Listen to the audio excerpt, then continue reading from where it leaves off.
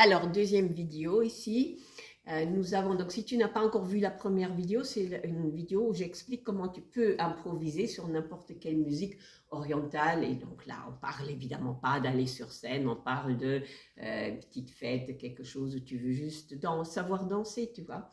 Et pas, on va pas mettre ça à un niveau professionnel, juste toi, là comme tu es, te dis, ah Gudrun, moi j'aimerais bien pouvoir danser et ne pas avoir l'air cloche ou avoir honte ou avoir peur d'être jugé, etc.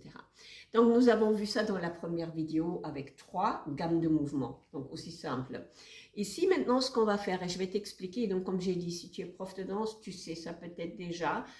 Si tu veux en donner cours à des niveaux mixtes, c'est très très simple. Et si tu veux rendre toi-même, si tu danses quelque part, tu veux que ce soit plus sophistiqué, c'est très très simple. La première chose, selon la musique, si elle s'y prête, c'est de pouvoir se mettre sur la pointe des pieds.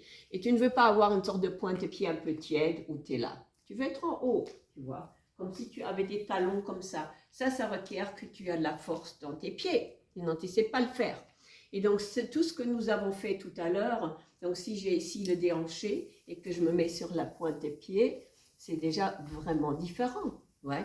Je suis tout en haut, je me sens différente que si je le fais ici. Et le look est différent aussi. Tu peux bien sûr danser avec des hauts talons. Hein.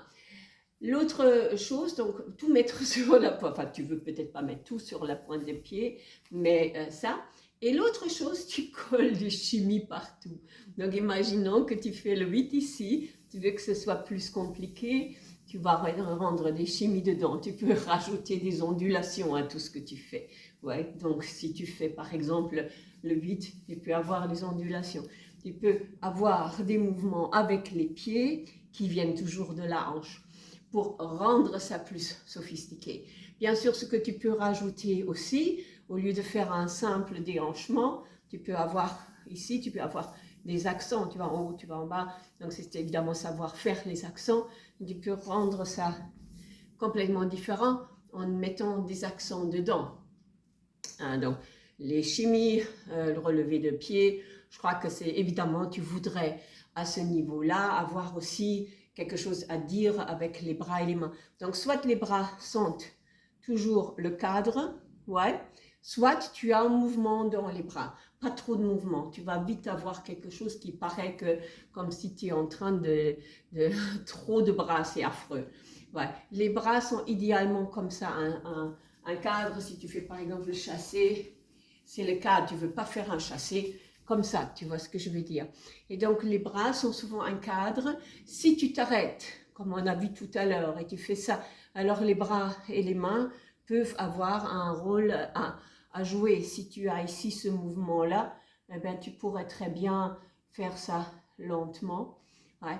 Donc voilà, ça c'est la manière la plus simple de rendre tout ce que tu fais au niveau débutant d'un level différent et plus challenging. Sur la pointe des pieds, avec des chimies partout, enfin des chimies, des accents, peut-être des ondulations et des bras qui parlent, qui veulent dire quelque chose.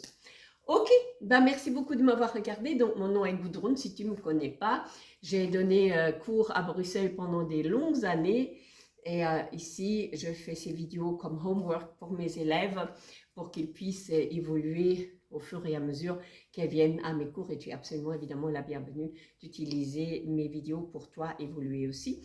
Si tu veux un mini cours privé avec moi, enregistre-toi sur vidéo, envoie-moi la vidéo et je vais te donner mon feedback. Merci de m'avoir regardé. À très bientôt. Ciao, ciao.